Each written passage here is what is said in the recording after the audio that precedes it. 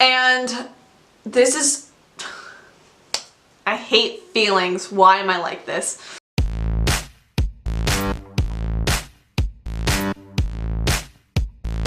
Hey, what up, you guys? It's your girl Talana and welcome back! And in honor of the worst holiday of the year, aka Valentine's Day, I'm going to be telling you guys some of my Valentine's Day failure stories. There's a lot of them, so you might want to just take a seat, get some hot coffee, and we'll just laugh at myself, my younger self, for a couple minutes. To start off this video, I need a little disclaimer. Most of these were when I was in elementary or middle school, so I was not one of those kids that was like, oh, I like someone, so I'm gonna go have my friends tell them that I like him. Like, I was straightforward, like, if I liked you, I'd ask you out immediately. So I was one of those, like, brave-ass hoes, and I would just go and ask out all these boys if I liked them, because there ain't no room for scaredy cats in the game of dating. Okay, first story. In 4th grade, I had a crush on a boy, so I decided to make him a bomb-ass frickin' card.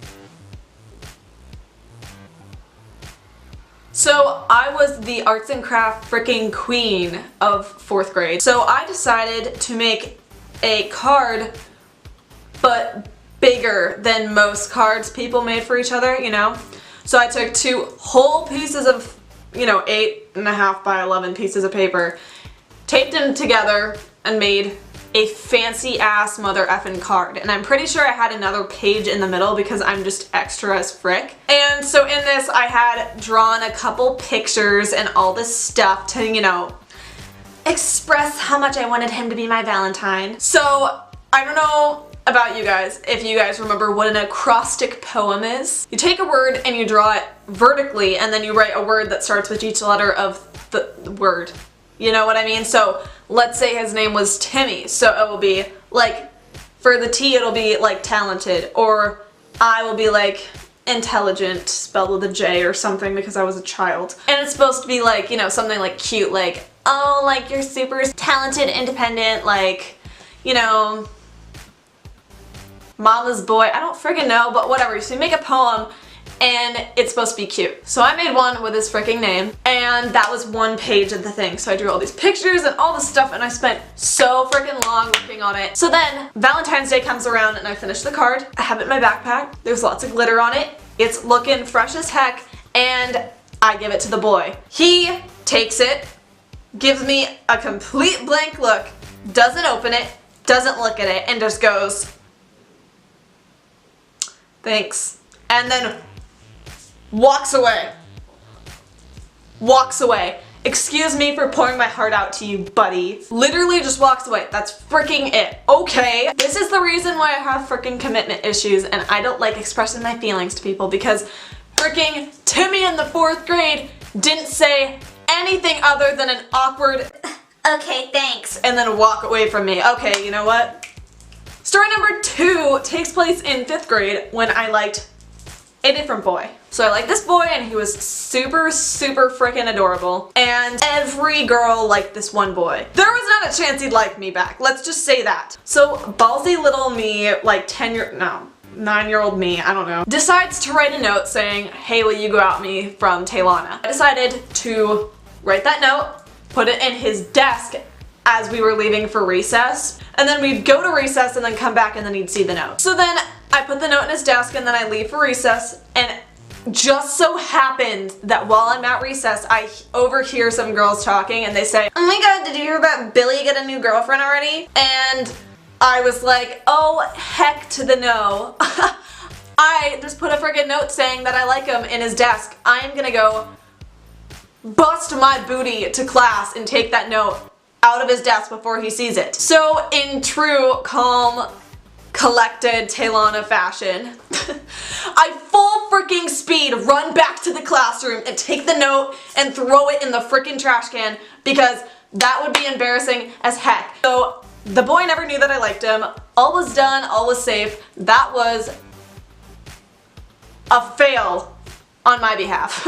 So catastrophe avoided also, but like that was too freaking close to call, and that would be really embarrassing if he like actually saw it. Story number 3 is also like around 4th, 5th grade kind of time period. So there was this game that every single kid in the grade played.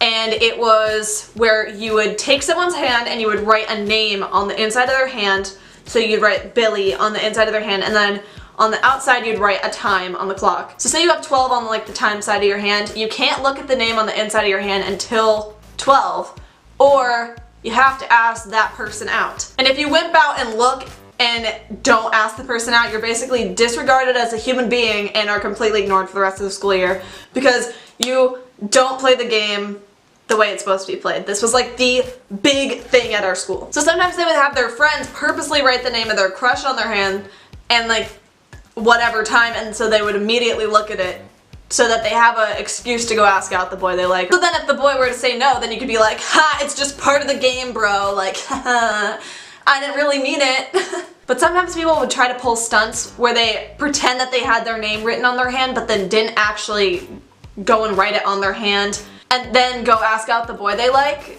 But sometimes the boys would be really smart and be like, well, let me see your hand if it was all part of the game, little miss, okay? And if you didn't have the name written on your hand, you were so freaking screwed, okay? So then, you know, I had eventually tried to do the write your crush's name on your hand, look at it, so then you have an excuse to ask him out. And then I asked him out and then he said no, but I was just like, it's just part of the game, old buddy, old friend, old pal, like, you know, I didn't mean it.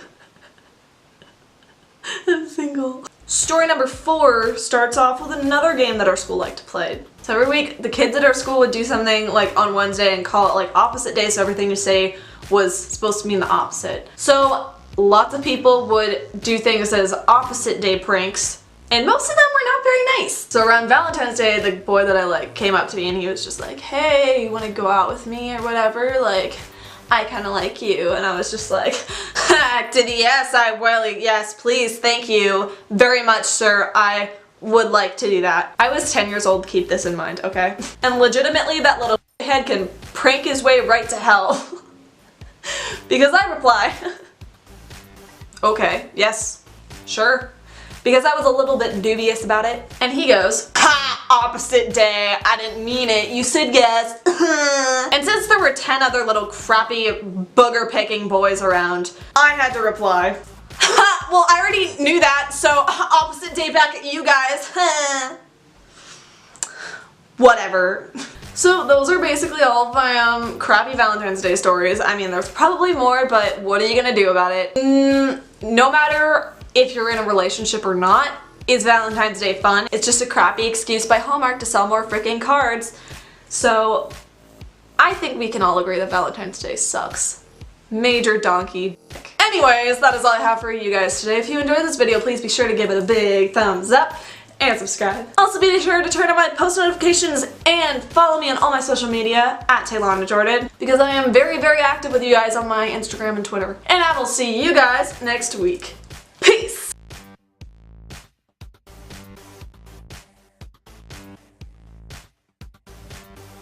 If you guys need a Valentine, I will definitely be your Valentine. I will be all of your Valentines. That's what we're doing this year. A group Valentine with the Tuesdays with Talana family.